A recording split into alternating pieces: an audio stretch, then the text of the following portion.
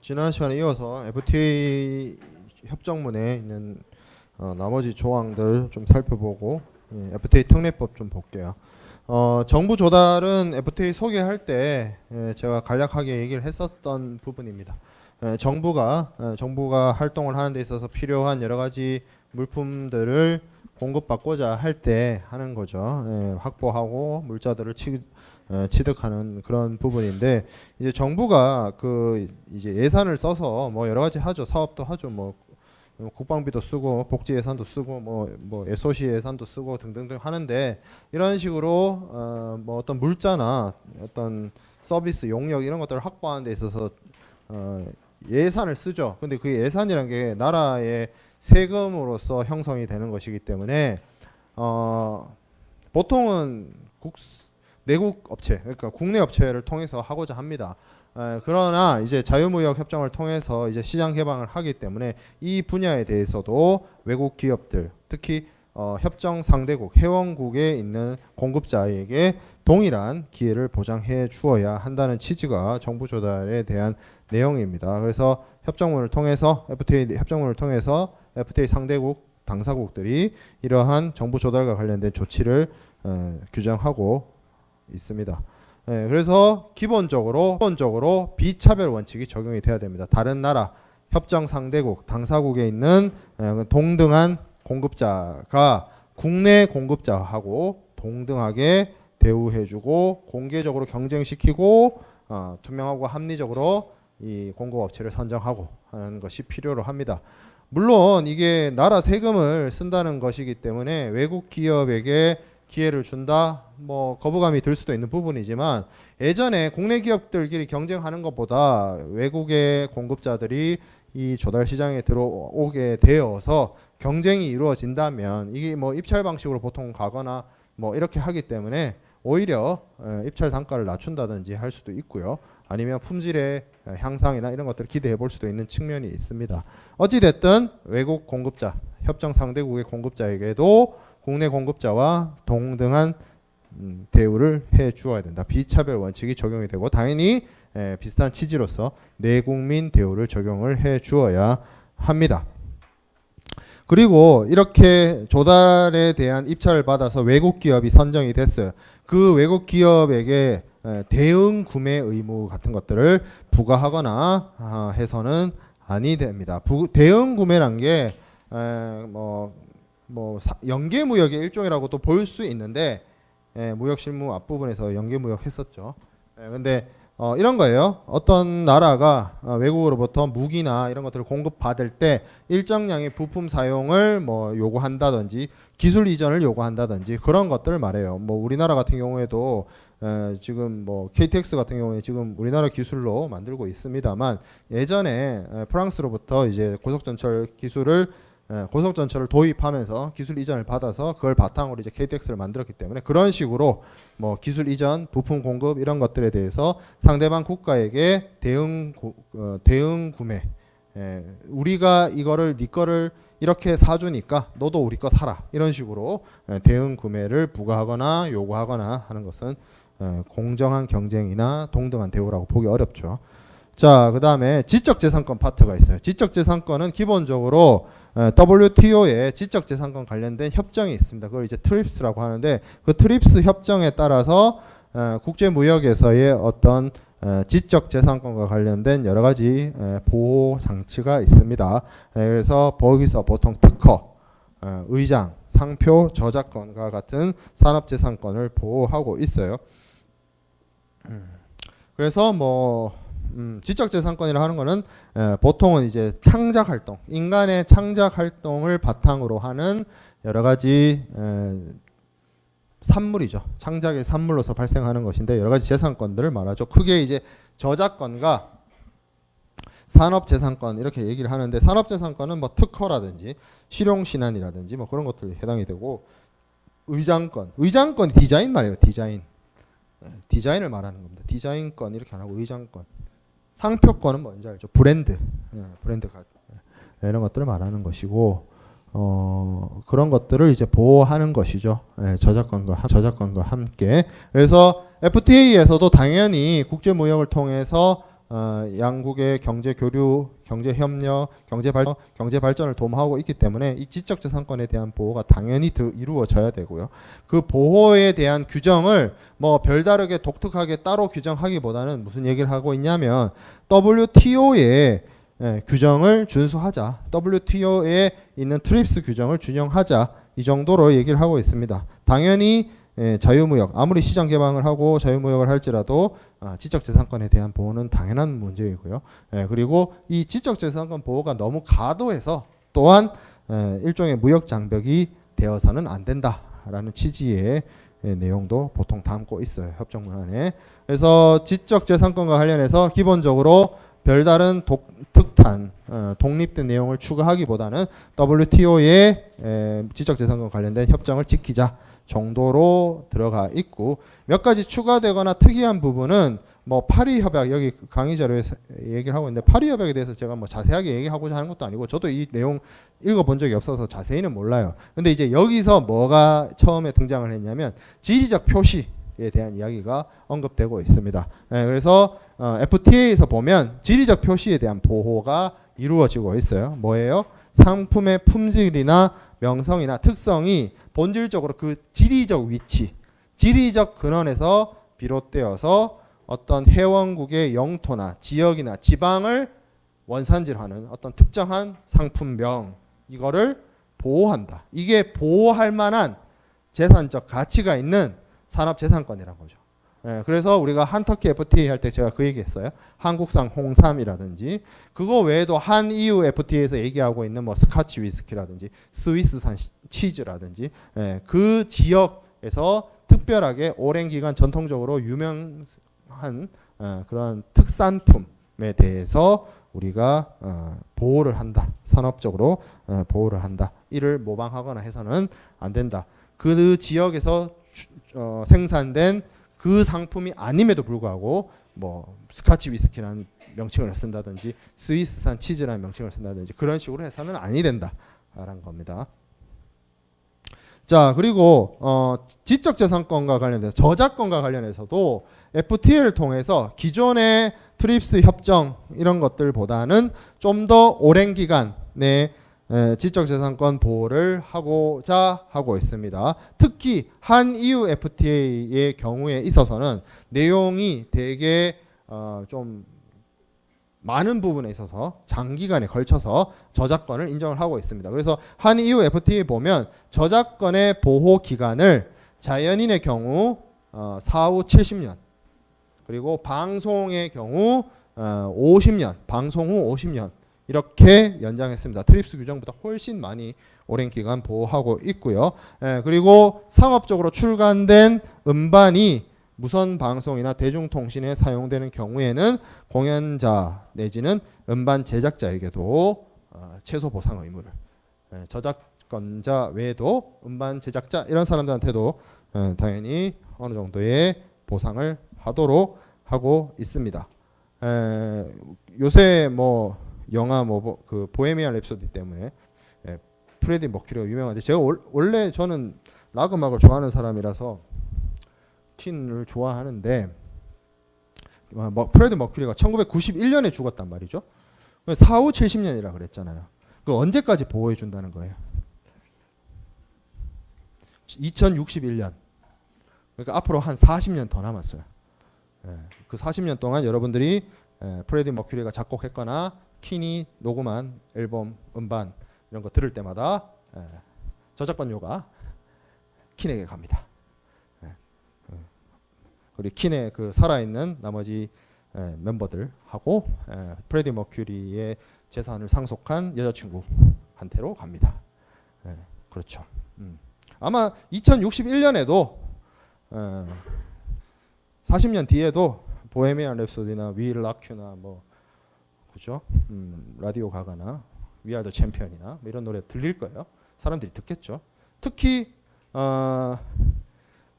2061년도에도 한국이 있고 한국의 프로 스포츠가 여전히 있다면 프로 스포츠의 챔피언이 결정될 때 꼭 그 노래가 나올 거예요. 그죠? 위아더 챔피언이 나올 거예요. 2061년에도. 제가 그건 장담할 수 있어요. 그럴 거예요. 그 노래를 대체할 만한 노래는 앞으로도 없을 거고 이후에도 없을 것 같아요. 그죠? 그때까지 보호된다. 그런 거죠.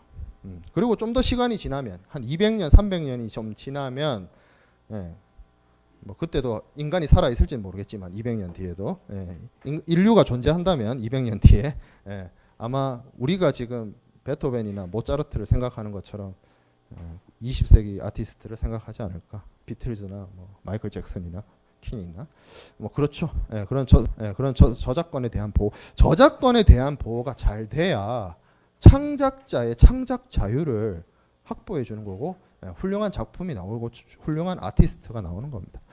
뭐 그게 음악뿐만 아니라 영화도 그렇고 도서도 그렇고 요새 문제되는 웹툰 같은 것도 그렇고 그런 거죠. 창작에 대한 그 보호가 훌륭한 작품을 만들 수 있는 근본이 되는 거죠. 자, 그리고 그 외에도 그리고 여러분들 그거 알 거예요. 아마 최근에 한 몇 년 전에 셜록 홈즈 같은 경우에도 그 원작자가 아서 코난 도일인데 그분이 죽은 지 70년이 넘었어요. 그래가지고 몇 년 전에 우리나라 주요 출판사들이 셜록 홈즈 전집을 재출간한 적이 있어요.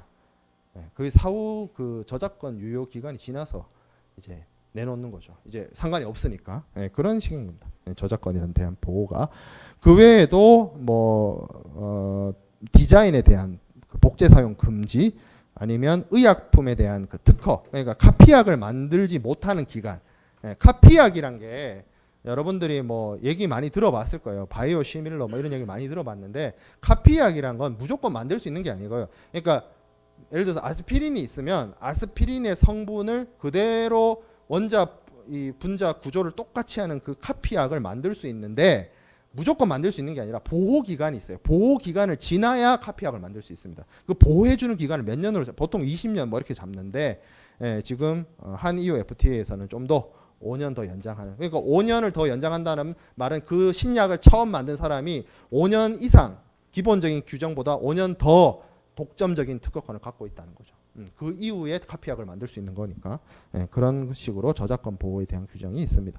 자, 그 다음에 행정 및 조직 규정에 대한 내용인데 이건 뭐 그냥 FTA 잘 활용합시다 취지에서 행정적으로 어떻게 하겠습니다 라는 내용들이 규정되어 있는 내용입니다. 그래서 이게 FTA라는 게 결국에는 제가 강조를 했다시피 어느 중재 기관이 있는 것도 아니고 중간 기관이 있는 것도 아니고 심판이 있는 것도 아니기 때문에 결국에는 양 당사국들 간의 협의와 소통으로 문제를 해결해야 되기 때문에 그 부분에 있어서 신속하고 원활하게 소통하고 교류하자 뭐 그런 내용들을 담고 있습니다. 그리고 이와 관련해서 뭐 여기 나와 있는 것처럼 뭐 어떤 조치가 있으면 다른 상대국에게 알려야 되고 그리고 자유무역위원회 양 당사국은 자유무역위원회를 설치해가지고 이 협정 FTA 협정의 이행이나 이런 것들에 대해서 관리 감독할 수 있도록 하고 있습니다. 그 외에도 이 자유무역위원회가 실제적으로 실무를 담당하는 위원회들 무슨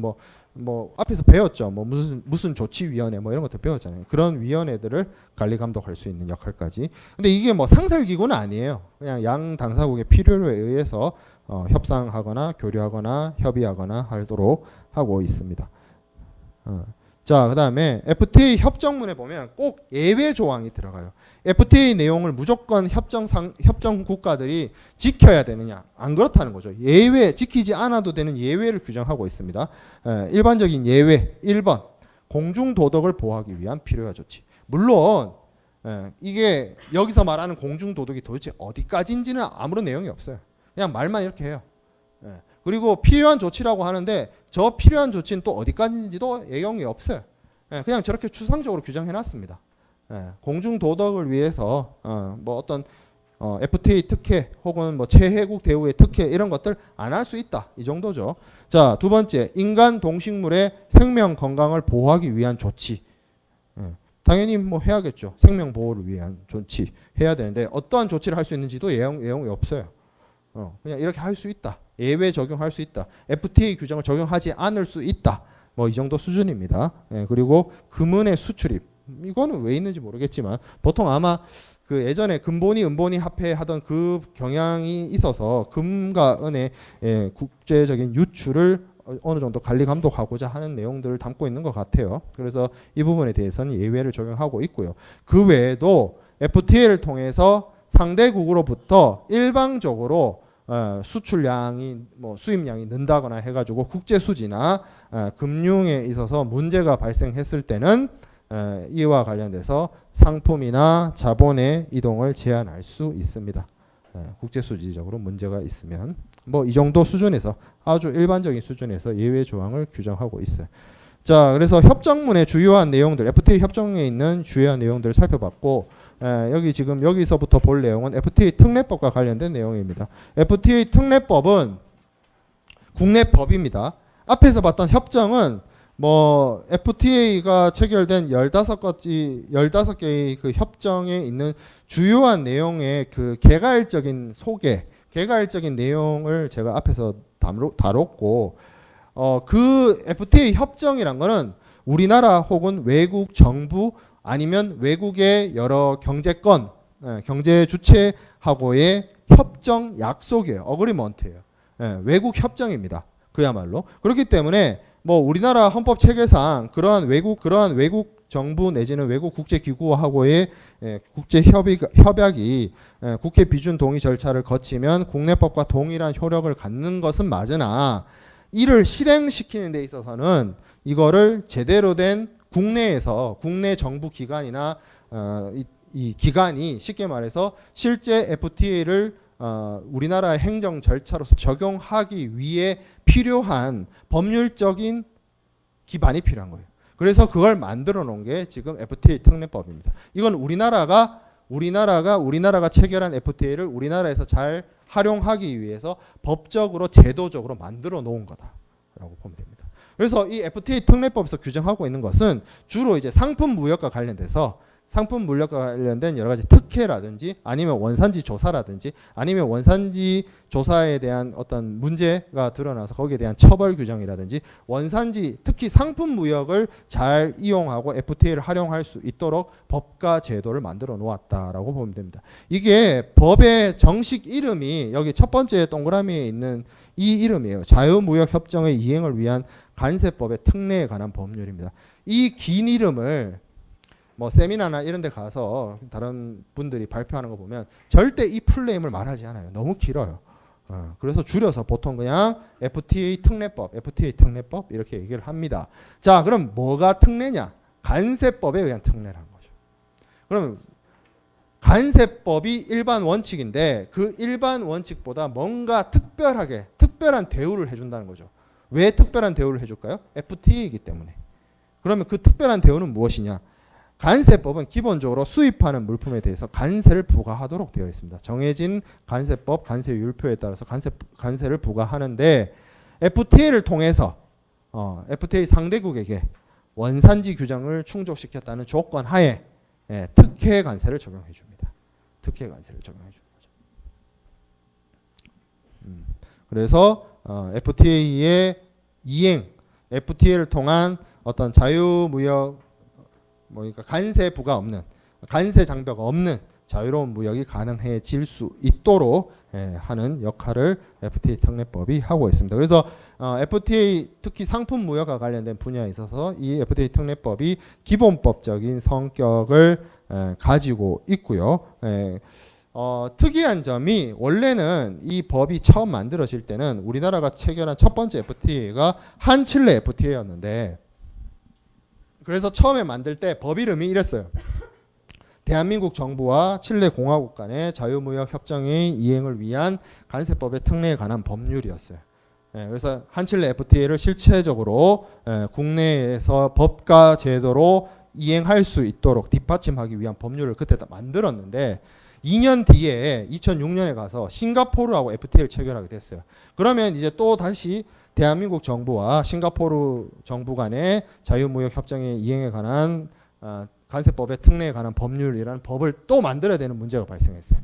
그리고 그 당시에 싱가포르랑 FTA 발효할 때만 해도 아세안이랑 협상하고 에프타랑 협상하고 막 이러고 있었단 말이에요. 그래서 FTA 체결할 때마다 법을 하나씩 새로 만들어야 되느냐. 아 이건 좀 곤란하다 싶어서 누구 아이디어인지는 나도 모르겠으나 그냥 자유 앞에 뭐 어떤 협정명을 빼버리고 그냥 자유무역 협정에 대한 관세법의 특례에 대한 법률이란 걸 만들고 이제 새롭게 개별 FTA가 체결될 때마다 밑에 우리나라 법 체계가 국회에 의해서 제정되는 법이 있고 그 밑에 대통령령이나 뭐 장관 규칙, 시행 규칙 뭐 아니면 이제 고시 이런 식으로 내려가는데 시행령이나 시행 규칙상으로 새롭게 추가되는 FTA를 추가하는 방식으로 법 개정하지 말고 큰 틀에서 법은 그대로 두고 그렇게 바뀌었습니다. 만약에 이렇게 안 했으면 아마 지금쯤 이 FTA 이행 법률이 한 15개가 나왔을 수 있죠. 근데 지금은 그런 식으로 한다. 그냥 큰 틀에서는 그대로 두고 밑에 시행령과 시행규칙이 FTA 하나 추가될 때마다 계속 늘어요. 그런 방식으로 사용되고 있습니다. FTA 특례법의 주요 내용들을 좀 살펴보면 우리가 앞에서 거의 봤던 내용들을 다시 얘기하고 있어요. 첫 번째, 최약 상대국의 수입 물품에 대해서 적용할 협정 관세율.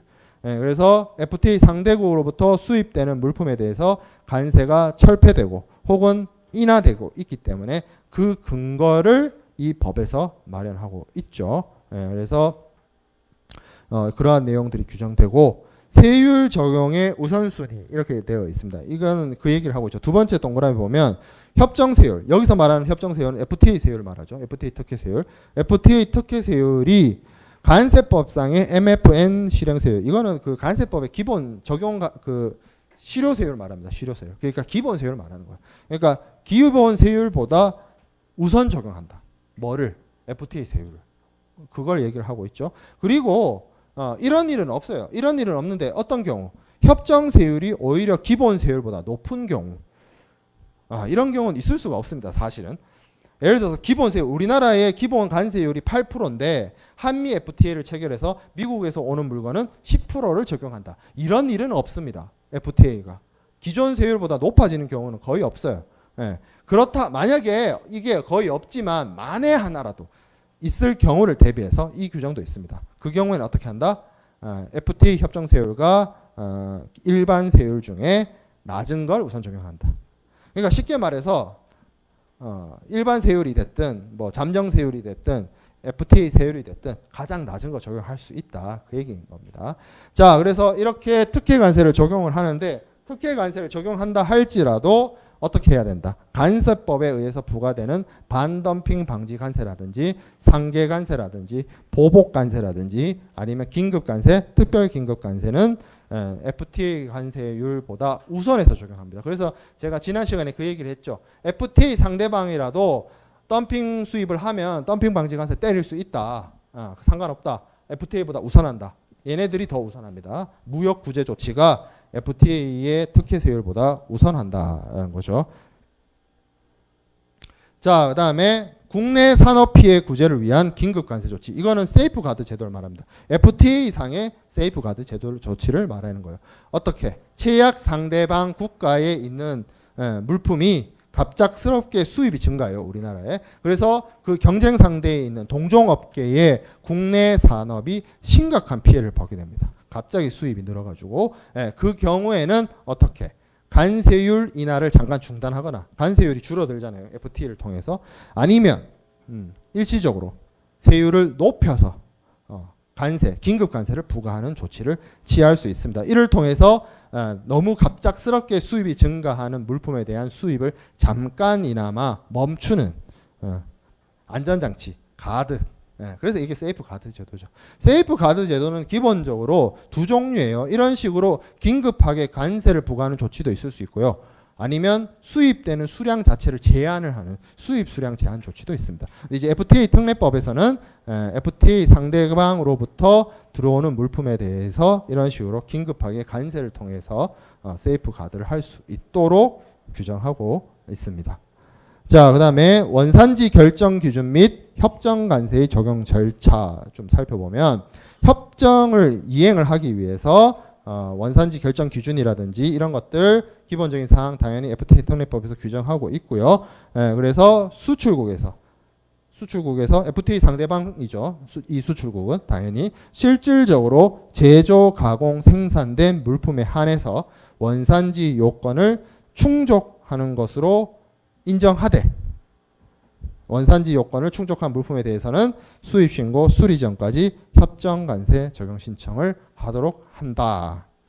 상대방 국가, 협정 상대방 국가가 수출국일 때 그 나라에서 실질적으로 제조, 가공, 생산, 그러니까 실질 변형 기준이나 완전 생산 기준을 충족하는 물품을 말하죠. 그런 물품이 들어오면 특혜 관세 적용한다. 근데 이게 계속 강조하지만 특혜입니다. 특혜.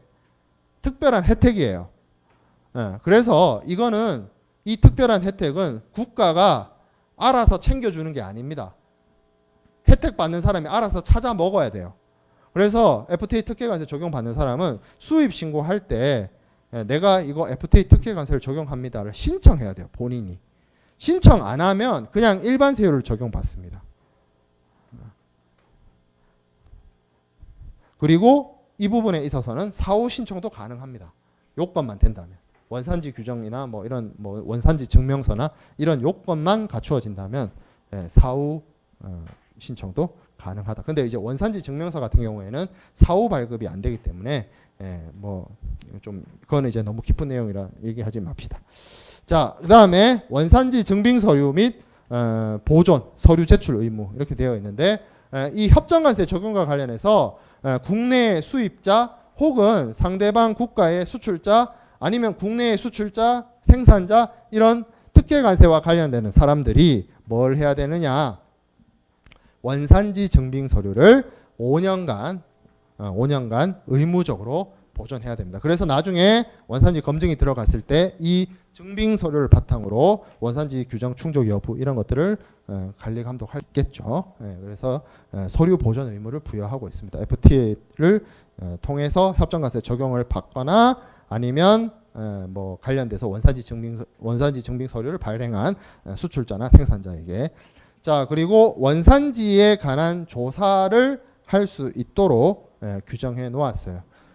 당연히 이루어져야 됩니다. 이걸 통해서 원산지를 조작한다거나 원산지를 허위로서 원산지 증명서를 허위로서 작성해 가지고 특혜 관세를 받고자 하는 그러한 행위를 막을 수가 있겠죠. 그래서 두 번째 동그라미에 원산지 또는 협정 관세 적용의 적정 여부를 확인하기 위해서 필요한 경우에 채약 상대국의 관세 당국에 조사를 요청하거나 관세청장 또는 세관장이 직접 서면 또는 현지 조사를 할 수 있도록 합니다. 채약 상대국의 관세 당국에 조사를 요청하는 거. 이게 간접 검증이죠. 간접 검증. 자, 그리고 관세청장 또는 세관장이 직접 서면 또는 현지 조사하는 거. 이게 직접 검증입니다. 그렇죠? 그 내용을 다 법으로 수용을 해서 할 수 있다. 우리는 물품에 외국 물품이나 이런 것들이 국내로 들어올 때 그 통관 이런 것들을 담당하는 행정부처가 관세청입니다. 관세청. 여러분들이 외국에서 물품을 들고 온다, 직구한다 할 때 그 통관을 하는 것도 관세청이고요. 해외로 놀러 나갔다가 들어올 때 물품을 검사하는 사람들도 관세청 직원입니다. 관세청 공무원. 그런 역할을 하는 것이 관세청인데, 그리고 관세청이 있으면 그 산하 기관이 이제 세관이 되는데, 요 카운터 파트, 그러니까 여기 지금 세관 당국, 관세 당국이라는 게 다른 나라들은 그 역할을 하는 그 국가 기관의 이름이 좀 달라요. 미국은 그대로 관세청이라고 하는데, 그래서 그런 상대방 카운터 파트에 해당되는 그 국가 기관에 요청을 해가지고 간접 검증을 하거나 아니면 직접 검증을 하거나 하는 방식으로 할 수 있습니다. 자, 그 다음에 원산지 등에 대한 사전심사 제도. 요것도 원산지 규정 얘기할 때 한번 얘기를 했었던 내용인데, 원산지 결정 기준이 복잡합니다. 사실 이게 제가 그냥 여러분들한테 좀 간단하게 설명을 했는데 이게 그렇게 굉장히 어려운 문제예요. 그래서 이 물품을 만들었는데 부품을 여러 나라 걸 써가지고 이게 과연 메이드 인 코리아로서 인정받을 수 있는지 없는지 나도 판단이 안 서요. 그러면 그거를 국가기관에 세관에 물어볼 수 있습니다. 이게 원산지 결정 기준을 충족시켰는지 안 했는지 여러 가지 자료나 뭐 증빙 자료를 보내서 사전에 질의할 수 있습니다. 그렇게 해서 뭐 기간이 좀 걸립니다. 그 기간 걸려서 응답이 돌아오면, 해신이 오면 그 해신 내용에 따라서, 사전 심사서의 내용에 따라서 원산지 결정, 뭐 원산지 특혜, 원산지 규정 적용을 받을 수 있도록 하는 게 사전 심사 제도예요. 그러니까 애매하거나 하면 시간을 좀 여유 있게 확보해가지고 미리 사전 질의해서 사전 심사서를 받아놓는 게 차후에 발생할 수 있는 여러 가지 문제를 예방하는 길이기도 합니다. 자, 그 다음에 협정관세의 적용 제한. 수입자가 원산지 입증을 하지 않거나 아니면 FTA 협정상의 의무를 이행하지 않거나 그리고 뭐 검증을 했는데 검증에 대한 어떤 여러 가지 서류나 증빙을 하지 못했거나 이런 경우에는 협정관세에 대한 적용을 제한합니다. 그래서 어떻게 한다? 여기 보면 두 번째 동그라미에 나와 있죠. 증빙 서류 제출 안 한 경우 원산지와 팩트가 다르다. 원산지를 속였다는 얘기죠. 그리고 원산지 조사 거부했다. 그리고 이런 경우도 있어요. 아까 간접 검증 얘기를 했는데 간접 검증을 시켰어요. 그러면 이게 보통 우리가 배우진 않았는데 우리 당국이, 우리 관세청이 상대방 국가의 세관에 이거 조사해달라고 요청을 하면 이게 해신해서 돌아와야 되는 기간이 있습니다. 언제까지 알려줘야 되는지. 근데 그 언제까지 기간 동안 해신이 안 와요. 그런 경우에는 어떻게 한다? 협정관세를 적용하지 않고 어떻게 한다? 앞서 면제받은 특혜관세 혜택을 받은 관세가 있다라면 그 부분에 대해서는 추징당할 수도 있습니다.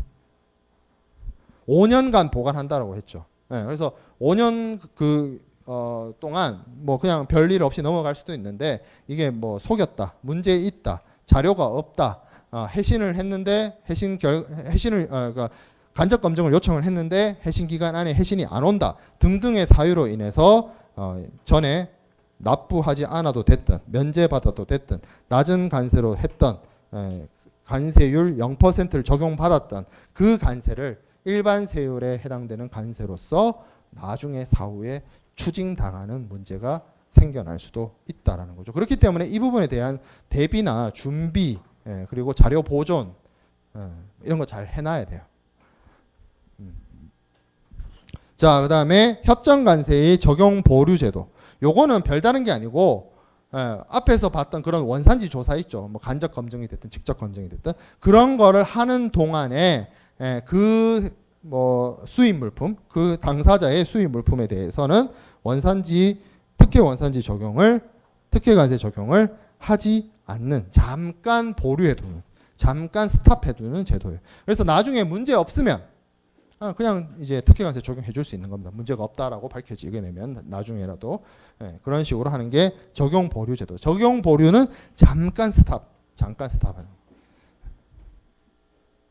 자, 그 다음에 채약 상대 국가의 상호 협력 및 관세 상호 협의 이런 내용이 있습니다. 이게 이제 계속 강조하지만 결국에는 이 FTA를 잘 원활하게 운용하고 상품 무역에 대해서 특혜 관세 적용을 적정하게 하기 위해서는 양국의 세관 당국의 협력과 정보 교환 이런 것들이 원활하게 잘 이루어져야 됩니다. 그래서 우리나라 관세청과 외국 채약 상대방 국가에 있는 세관 당국 간의 정보 교환이라든지 협력이라든지 뭐 협의 기구에 대한 구성이라든지 그리고 상호 뭐 어떤 검사, 검증 이런 부분에 있어서의 어떤 상호 협의, 협력을 원활하게 하고자 한다는 아주 좋은 이야기를 관세 FTA 특례법에도 규정을 해놓았습니다. 뭐 할 수 있겠다, 뭐 그런 얘기죠. 그리고 마지막으로 협정 이행의 실효성 확보를 위한 제재 조치. 이게 이제 벌칙이에요, 벌칙. FTA 특례법에 있는 벌칙 조항입니다.